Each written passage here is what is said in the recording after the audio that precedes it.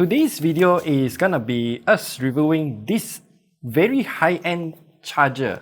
And the reason why I say this is high-end is because it is outputting a total of 240 watts. It's technically not the highest end that we have reviewed, but it is a high-end charger nonetheless. So for this charger, it supports USB power delivery 3.1, and then it has 3 USB-C ports and 1 USB-A port.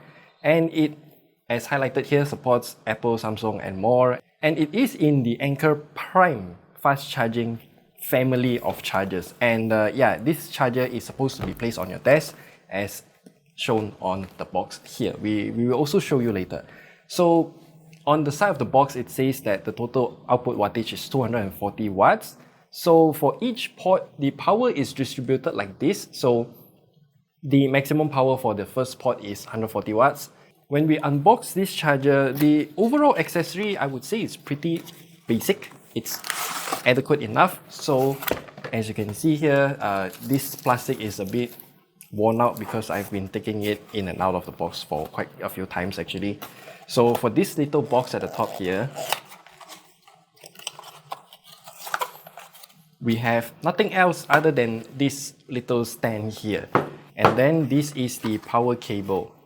Now, one thing that I immediately realized is that this power cable cannot be taken out, which might be a problem if you want to swap out for maybe a longer or a shorter cable, or maybe this cable just is faulty for whatever reason, and yeah, you cannot just swap it out for another cable. Other than that, you do have a ferrite core on this cable as well, so I don't know what's the purpose of it for this type of power cable, but it's okay. And then the side here, it also prints GaNPrime, and then we can just put on the stand like this, and then we can make it stand.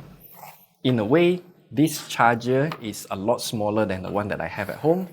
And as for the user manual, this is where that we have to talk about how the power is segregated if we want to use more than just one port alone.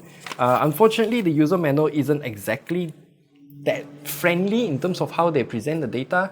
So yeah, it just gives you a bunch of numbers and text here.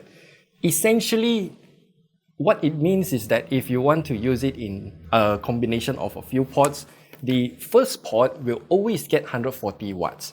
So as you can see here, the first port here, they label with a laptop icon here, and that means this port alone is really dedicated for a laptop usage.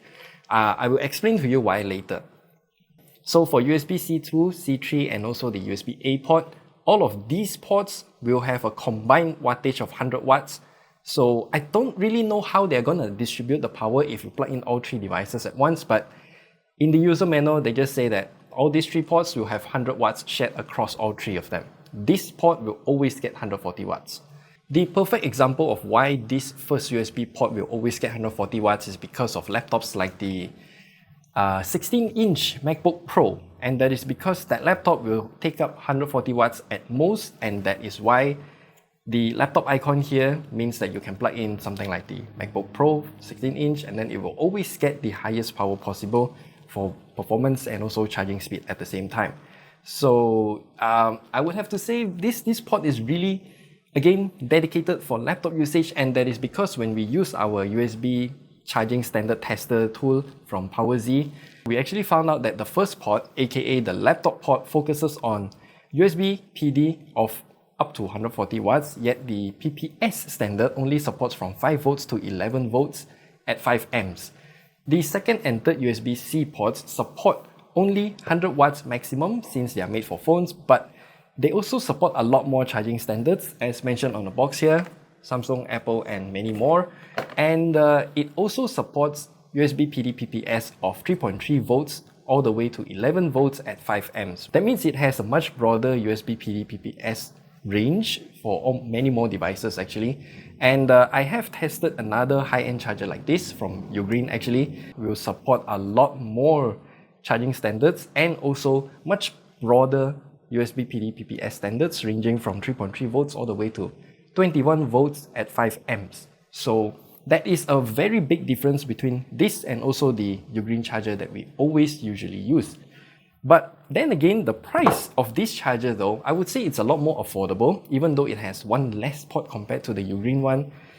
This is only 160 US dollars, whereby the Ugreen is actually 270 US dollars. So I will just turn it on and then show you one more feature that I want to show you guys.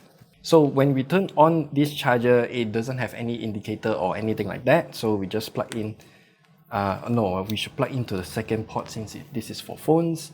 And then I plug in the S24 Plus. We got the ring.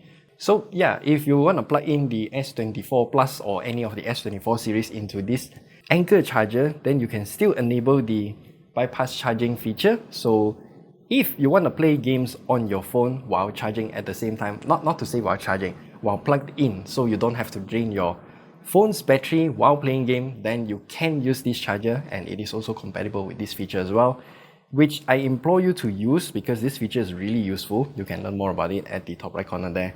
And all things considered, even though this charger doesn't support that many charging standards, actually it does support a lot of charging standards. It's just that the USB PD PPS range is not that broad.